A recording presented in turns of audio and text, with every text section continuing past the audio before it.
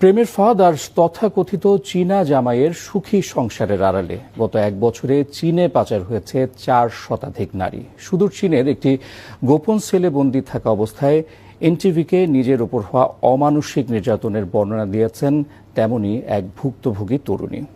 ফাঁদ আর চাকচিক্যময় জীবনের হাতছানিতে চীনে গিয়ে এখন নরক যন্ত্রণা থেকে বাঁচতে দেশে ফেরার আকুলতা ওই তরুণীর। কিন্তু গাজীপুরের টঙ্গী থেকে তাকে এই আন্তর্জাতিক মাফিয়াদের হাতে তুলে দিল কারা? 3 পর্বের ধারাবাহিকের প্রথম পর্বে সে প্রশ্নেরই উত্তর খুঁজেছেন নাহিদ প্রিন্স। ক্যামেরায় ছিলেন মোখলেসুর রহমান। এরা বলছে 26 লাখ টাকা দিলে আমি বাংলাদেশে যেতে পারবো, কিন্তু আমি এত টাকা পাবো কোথায়? ভিডিও কলের ওপাশে থাকা এই তরুণীর নাম আঞ্জুয়ারা, যদিও এটি তার ছদ্মনাম। কথা বলতে বলতে বারবার কান্নায় ভেঙে পড়ছিলেন তিনি। সুদূর চীন থেকে পাঠাচ্ছেন বন্দি জীবনের আর্তনাদ। আমি তাদের কাছে বলি, পরে তারা বলে তুমি আমাকে টাকা দাও, আমি তোমাকে বাংলাদেশে ফেরত পাঠাবো। যদিও এই বুক ভাঙা কান্নার বিপরীতে হাস্যোজ্জ্বল জীবন আশা করেছিলেন আঞ্জুয়ারা। এনটিভির সাথে ভিডিও কলে সেই করুণ কাহিনী তুলে ধরলেন তিনি। আমার চীনা ছেলেটার সাথে টিকটকে পরিচয় হয়, পরে সে বাংলাদেশে আসে। আসার পর তার সাথে আমার বিয়ে হয়। পরে সে আমাকে বাংলাদেশ থেকে এখানে আনার পর সে আমাকে এখানে বিক্রি করে দিয়েছে। আঞ্জুয়ারা জানান, সামাজিক যোগাযোগ মাধ্যমে পরিচয় হয় চীনা মিংচং নামের এক যুবকের সঙ্গে। প্রেমের ফাঁদে ফেলে বিয়ের প্রলোভন দেয় মিংচং।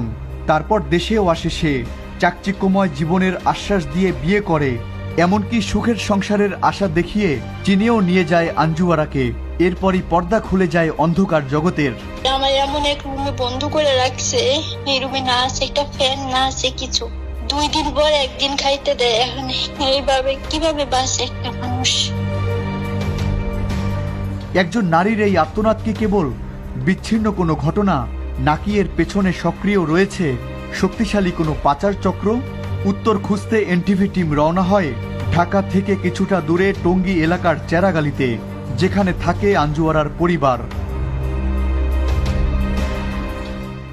অনুসন্ধানে জানা যায়, আঞ্জুয়ারা সহ শতাধিক নারী পাচারের সঙ্গে 2টি নাম সবচেয়ে বেশি জড়িত।